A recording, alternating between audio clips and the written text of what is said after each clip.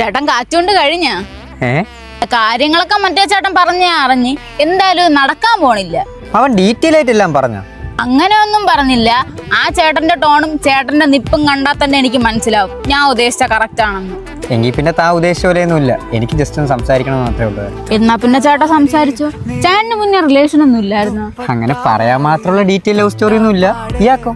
ചെറിയൊരു ക്രഷ് അടിച്ച love story ഒക്കെ ഉണ്ട്. ഞാൻ എട്ടിപ്പിടിച്ചോണ്ടിരുന്നപ്പോ അപ്പുറത്തെ ക്ലാസ്സിലൊരു പയ്യൻ സ്ഥിരമായിട്ട് എന്റെ പുറകെ നടക്കുമായിരുന്നു. എന്നിട്ട് അവന്റെ പേരും പറഞ്ഞ് കൂട്ടുകാരനെ സ്ഥിരം കളിയാക്കിയപ്പോ ഞാൻ എന്റെ സ്വർണ്ണ കമ്മലൂരി അവന്റെ ബാഗിന്റെ അകത്ത് ഇട്ടോളൂ. നീ ആള് കൊള്ളാമല്ലോ. അന്ന് ഞാനത് തമാശക്ക് ചെയ്താണെങ്കിലും അത് കുറച്ച് സീരിയസ് ആയി.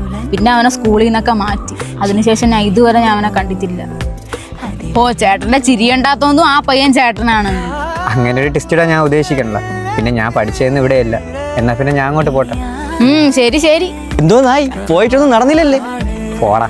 എങ്കിൽ നീ ആ ബെറ്റ് വെച്ച സാധനം ഇങ്ങട് കൊണ്ടുപോയി തിന്നെ. എന്നാലും നീ ഇവിടെ അല്ലേ പഠിച്ചത്? എന്തിനാ അവളടുത്ത് കള്ളം പറഞ്ഞത്?